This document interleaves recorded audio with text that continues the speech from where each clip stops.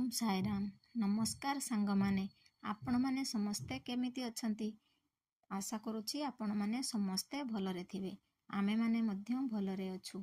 भगवानंक पाखरे मोर एतिकी प्रार्थना, भगवान समस्तंकर मंगल करंतु, समस्तंकु सुस्थ आउ सुरक्षित रखंतु।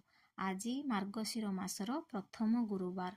मार्गशीर मासकु लक्ष्मी मांकर आगमन मास बोली कुहा जाए।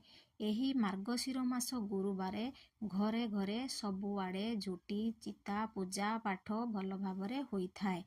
मार्गशीर मासर प्रत्येक गुरुवारे लक्ष्मी मांक पाई भक्ति और श्रद्धारे पूजा करा जाए। मार्गशीर मास गुरुवार धन धान्य और समृद्धिर प्रतीक। एहाकु अत्यंत शुभ मना जाए। माँ लक्ष्मी कृपा पाई नारी माने उपवास करी भक्ति भावरे नैवेद्य और पूजा देई थांती। यही पवित्र दिन रे घर को शांति समृद्धि और माँ को आशीर्वाद आसुथाए बोली विश्वास करा जाए। गुरुवार दिन माँ को पाखरे अनेक प्रकार भोगराग लगी थाए।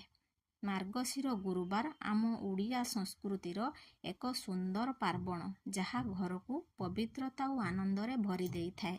जेहेतु आज मार्गशीर मास प्रथम गुरुवार मु सकाळे 3:30 राति उठी मोर सबु काम सारी माँ को पाखरे पूजा प्रार्थना कली। जेहेतु आम घरे विधि विधान हिसाब रे पूजा पाठ हेउछि, मु एठी श्रद्धा और भक्ति रे माँ को पाखरे जेतिकी पारिछि सेमिति मु पूजा करिछि।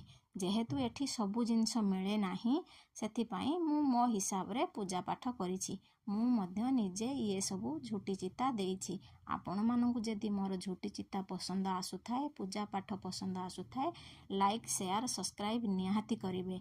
कमेंट माध्यम रे जणाइबे मोर झुटी चिता पूजा पाठ केमिति लागुछि। आ माँ को पाखरे मोर एतिकी प्रार्थना, माँ समस्तंकर मंगल करंतु, समस्तंको सुस्थ और सुरक्षित रखंतु। जय माँ लक्ष्मी।